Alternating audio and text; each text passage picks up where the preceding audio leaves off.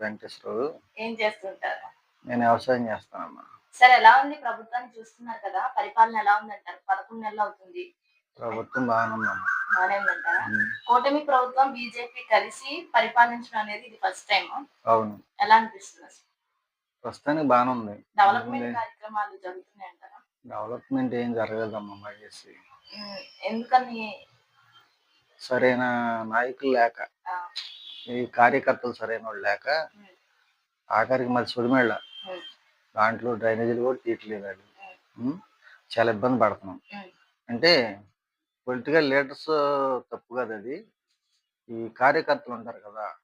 ఆ కార్యకర్తలు పట్టించుకోక, ఆళ్ళ దృష్టికి తీసుకెళ్ళక ఇలా చేస్తున్నారమ్మా. గత ప్రభుత్వానికి, ఈ ప్రభుత్వానికి తేడాలేంటి అంటే ఏం చెప్తారు? తేడాలంటే ఈ ప్రభుత్వం బాగానే ఉంది ప్రస్తుతానికి. హ్మ్. పవన్ కళ్యాణ్ గారు ఉన్నమట్టి. హ్మ్. హ్మ్. ఆ తర్వాత ఏం జరుగుద్దో తెలీదు.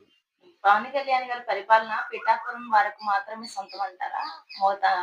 మిగతా పల్లెలన్నీ అభివృద్ధి చెందుతాయంటారా? ఫస్ట్ ఏదో చేసాడాయన. ఇక తర్వాత సైలెంట్ అయిపోయాడు. సైలెంట్. మరి ఎందుకయ్యారో తెలీదు. హ్మ్. ప్రజల్లోకి రావాలంటే ముందు అన్నీ చేసుకుంటూ రావాలి కదా! హ్మ్.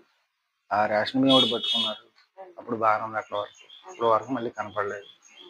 మరి ఏం చేస్తున్నారో తెలీదాయన. పవన్ కళ్యాణ్ గారు మత మార్పిడులు చేస్తున్నారు అన్న టాక్ వచ్చింది. అది ఎంతవరకు నిజమంటారు? అయన్నీ ఉత్తిదేను. అవన్నీ ఏం కాదంటారా? కాదు. పవన్ కళ్యాణ్ గారు బాగానే ఉంటారు అన్నిట్లో. హుహు.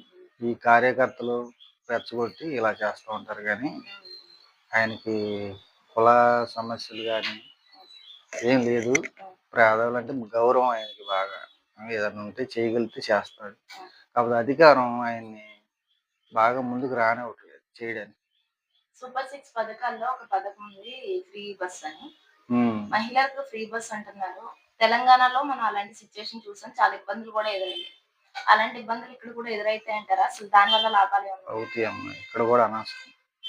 లాభాలు లాభం ఏముండదు. హ్మ్. ఆ బస్సులు ఎక్కువైపోతాయి. హ్మ్. ఎక్కరు యాక్సిడెంట్లు మనోళ్ళు మరీ దారుణంగా ఉంటారు కాబట్టి బస్సు అనేది సక్సెస్ అవ్వదు. హ్మ్. కరెంట్ ఛార్జీల విషయంలో ఎలా ఉంది?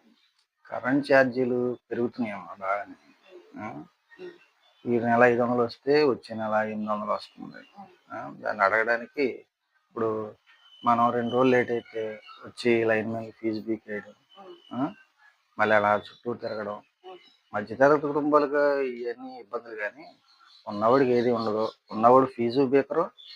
ఏంటి వాళ్ళు హ్యాపీగానే ఉంటారు. ఈ మధ్య తరగతి కుటుంబాలు ఎక్కడో చోట అప్పు చేసుకొని ఎళ్లి కరెంట్ బిల్లు కట్టి